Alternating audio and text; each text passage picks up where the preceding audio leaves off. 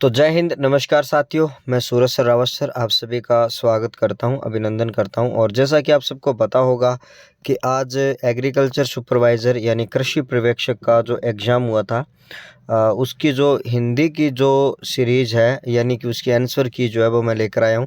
और ये जो जूनियर अकाउंटेंट का जो एग्ज़ाम होगा उनके लिए भी ये जो आपके लिए है वो रामबाण क्लासेस होने वाली है। तो 15 जो क्वेश्चन है उनका सॉल्यूशन मैं आपके लिए कर रहा हूं। तो आइएगा और पहला जो सवाल था उसके ऊपर अपने चलते हैं। पहला क्वेश्चन ये है कि पानी पानी होना मुहावरे का क्या अर्थ है।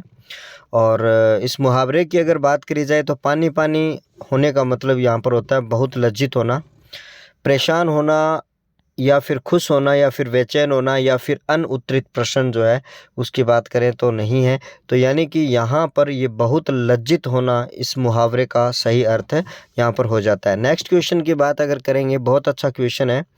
यहाँ पर लिखा गया है सहृदय का विलोम कौन सा होगा। सहृदय का अगर एक्चुअल में विलोम देखा जाए तो निर्दय हो सकता है, अगर ऑप्शन में आए तो। निर्दय नहीं है तो फिर आप ये बोल सकते हो दया रहित बोल सकते हो, हृदयहीन बोल सकते हो। यानी इसका मतलब यहाँ पर सी नंबर जो आंसर है वो राइट हो जाता है। सहृदय का मतलब हृदय सहित, और इसका विलोम हो जाएगा हृदय रहित यानी हृदयहीन हो जाता है। तो ये इसका सी नंबर जो ऑप्शन है वो राइट होगा।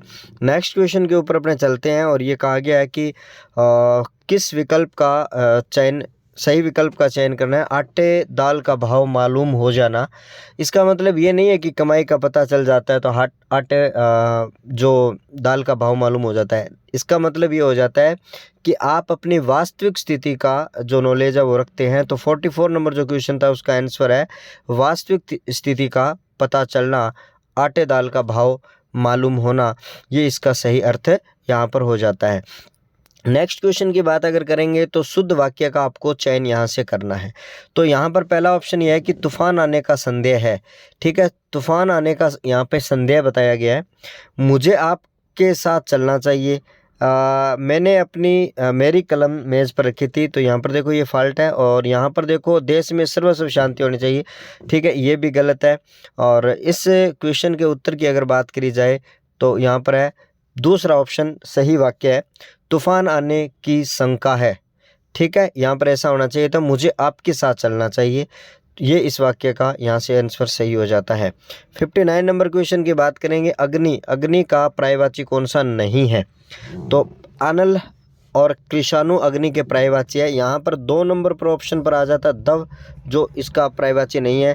फिर सस्य आ जाता है जो भी इसका पर्यायवाची नहीं है। और जो वायु आ जाता है ये भी इसका पर्यायवाची नहीं है।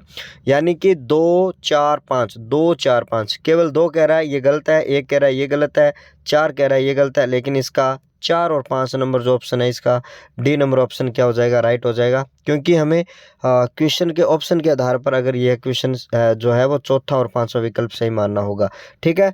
हाँ, नेक्स्ट क्वेश्चन की बात करें। 23 नंबर क्वेश्चन ये कह रहा है अंक, अंक का मतलब गोद होता है। अंक एक अक्षर है, अंक एक गिनती की संख्या है। अंक जो है वो आंख नहीं है। अंक जो है वो क्या नहीं है, आंख नहीं है। तो ये पूछा गया कि अनेकार्थी शब्द कौन सा इसमें नहीं होता है। नेक्स्ट क्वेश्चन की बात करूंगा तो आपके सामने ये कहा गया कि सूची 1 के साथ में सूची 2 का मिलान करना है आपको, यानी कि पर्यायवाची दिए गए उनका मिलान करना है। गणेश, गणेश को आपको पता है विनायक होता है। आम का सहकार होता है। इंद्र का पुरंदर होता है। और उसके साथ में गर्दभ गधा होता है, उसको वेश्वानंदन भी कहा जाता है। यानी कि पहले का 2, तो यहाँ पर तीसरा और चौथा ऑप्शन तो कट जाएगा। पहले का 2 यह है आपका और दूसरे का चौथा, तो यानी कि 1 नंबर ऑप्शन इसका 31 का राइट हो जाएगा। आप अच्छे तरीके से इसको देख सकते हैं। उसके बाद में अपने बात करते हैं 32 नंबर क्वेश्चन। यहाँ पे आपको पर्यायवाची के विलोम शब्द के संदर्भ में यहाँ पर दिया गया है। स्वतंत्र का पर्यायवाची जो होता है वो परतंत्र है। 66 नंबर क्वेश्चन है। स्वाधीन का पराधीन है। और कृतज्ञ का कृतघ्न है। और ईमानदार का बेईमान है। तो यहाँ पर पहले का दूसरा, दूसरे का पहला, पहले का दूसरा, दूसरे का पहला, बी नंबर ऑप्शन इसका राइट हो जाता है। 66 नंबर क्वेश्चन की बात अगर करें तो नेक्स्ट क्वेश्चन की बात करेंगे। 42 नंबर क्वेश्चन, निम्नलिखित में से भूतकाल को प्रकट करने वाले वाक्यों की बात करिएगा। तो पहला भूतकाल है, लड़कों ने पुस्तक पढ़ी है।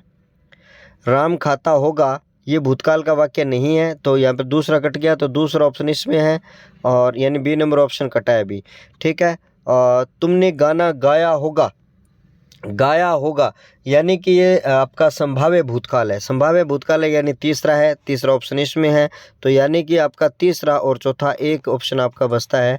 और यहाँ पर देखो कि उसने मुरारी को मारा था, मारा था पूर्ण भूतकाल है ये। इसका मतलब यहाँ पर तीसरा और चौथा क्वेश्चन आपका यहाँ पर तीसरा और चौथा यहाँ पर हो रहा है, वह जा रहा है। ये वर्तमान काल की स्थिति को प्रकट कर रहा है। 93 की अगर बात करी जाएगी तो यहाँ पर आपको क्वेश्चन जो है 1 और 2 सूची को मिलान करना है। उस सूची 1 और 2 में यहाँ पर दिया गया लाभ हानि समास पूछे गए हैं। लाभ हानि में आपका द्वंद्व समास है। हाथों हाथ में अगर देखा जाए तो अविभाव समास है। चौराहा में आपका द्विगु है। चंद्रमुख में आपका कर्मधारी है। यानी कि लाभ हानि तो है द्वंद्व पहले का तीसरा इसमें भी है, इसमें भी। इसको काटो, इसको काटो, तो दूसरे का 1 नंबर ये रहा। सी नंबर ऑप्शन हो जाएगा यहाँ पर, राइट। 93 का सी नंबर ऑप्शन। तो 26 नंबर की बात करें, शुद्ध वाक्यों का चयन आपको करना है और ऑप्शन आपको दिए गए हैं। साहित्य और जीवन का घोर संबंध है, ये वाक्य बिल्कुल शुद्ध है। तो केवल यहाँ पे 1 नंबर 1 में ही आ रहा है, ठीक है। 1 नंबर जो है वो 1 में आ रहा है, बाकी सब आपके यहाँ पर कट हो जाते हैं, आपको ध्यान में रखना है। और इस समय आपकी अवस्था 40 वर्ष है, ये भी हो जाएगा। बाकी ये तीनों वाक्य जो रॉन्ग है, तो इसका मतलब पहला ऑप्शन 26 का राइट हो जाएगा, ठीक है। 26 का 1 नंबर। आगे चलते हैं। सूची 1 और 2 का मिलान करना है। फिर से आपके जो एकल शब्द है वो यहाँ पर दिया गया है। जिसका जन्म पहले हुआ था वो अग्रज कहलाता है। जिसकी गिनती पहले हो वो अग्रगण्य है, जिसको पहले गिना जाए, है ना। यानी कि उसके बाद में जो पहले दे दिया जाए वो अग्रिम है। अग्रिम बधाई बोलते हैं ना, पहले से दे दी जाती है। और जो सबसे आगे रहता है वो अग्रणी है। यानी कि चौथे का चौथा ये रहा, तो चौथे का चौथा यहाँ पर इसमें नहीं है, ठीक है। उसके बाद पहले का तीसरा इसमें अकेले में, इसमें भी है और इसमें भी है। यानी कि आपका एक भी कट हो गया।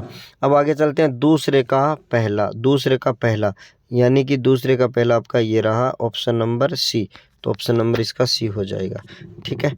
आगे बढ़ते हैं। 76 ये कह रहा है आपको कि खेत रहना मुहावरे का मतलब क्या होता है। तो खेत रहने मुहावरे का मतलब होता है शहीद होना होता है, ठीक है। सूची 1 को 2 से मिलान करना है आपको। या फिर समास दिया गया यथाशीघ्र की बात अगर करी जाए तो अविभाव समास है। दूसरे का एक इसमें और इसमें, इसको दोनों को काटो। उसके बाद में मन माना जो है, मन से मना हुआ तत्पुरुष समास है, ये भी आपका बिल्कुल राइट हो जाता है। दशानन की बात अगर करें तो बहुब्रीहि समास है। और लेन देन की बात करें तो द्वंद्व समास है। तो यानी कि पहले का दूसरा और दूसरे का पहला, और दूसरे का पहला, बी नंबर ऑप्शन 88 का, ठीक है। और ये थे आज के आपके 15 क्वेश्चन। आप कमेंट करके ज़रूर बताना आपके जो क्वेश्चन है वो कितने राइट हुए हैं। आशा और उम्मीद करता हूँ कि आप सब लोग अच्छे होंगे और आपकी जो तैयारी है वो बढ़िया चल रही होगी। स्टार दिलाओ जो सीरीज़ है, आप उस सीरीज़ को देखोगे तो ये सभी जो क्वेश्चन है वो आपको उसमें मिल जाएंगे। बिल्कुल मैं ये कह रहा हूँ मिल जाएंगे। चाहे आप कोई सा भी कंपटीशन आप कर रहे हैं, स्टार दिलाओ सीरीज़ आप सबके लिए बेहतरीन और शानदार होने वाली है। तो इस वीडियो में इतना ही। ज़्यादा से ज़्यादा शेयर करिएगा और आपके कितने सही हो रहे हैं पूरे पेपर में और हिंदी में, ये कमेंट करके ज़रूर बताना। Bye bye, take care.